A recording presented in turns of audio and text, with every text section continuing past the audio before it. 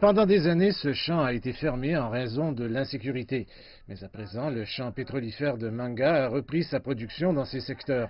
Cela a donné au Soudan du Sud un coup de pouce indispensable pour son économie qui dépend fortement du pétrole. Plus de 98% du budget du pays provient de cette ressource. Nous savons que le Soudan du Sud offre encore de nombreuses opportunités, notamment en ce qui concerne la sécurité énergétique. La sécurité énergétique est la clé. C'est le plus important quand nous parlons de sécurité énergétique. Et quand nous parlons de raffinage, cela signifie que nous pouvons développer d'autres secteurs en utilisant directement le carburant. Le gouvernement espère augmenter encore la production, fixer un objectif de 200 000 barils par jour à la fin de cette année. Outre les avantages économiques liés à l'augmentation de la production du pétrole, le Soudan espère que les fonds pourront même améliorer la stabilité dans le pays. Les fonds serviront à mettre en œuvre un accord de paix signé l'an dernier.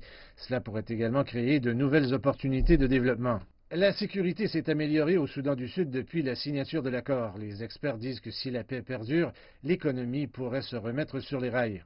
Nous pensons qu'avec la production de pétrole actuelle, le taux de change va se stabiliser et que le pétrole est le seul produit qui contribue énormément au PIB de ce pays. La reprise de la production de pétrole va réellement stabiliser l'économie et nous voyons le taux de change baisser. Le gouvernement dit qu'il est maintenant prêt pour les investissements étrangers. Le Soudan du Sud devient de plus en plus sûr et la mise en œuvre de la paix est également en cours, ce qui nous aidera à attirer des investisseurs au Soudan du Sud, que ce soit en amont ou en aval.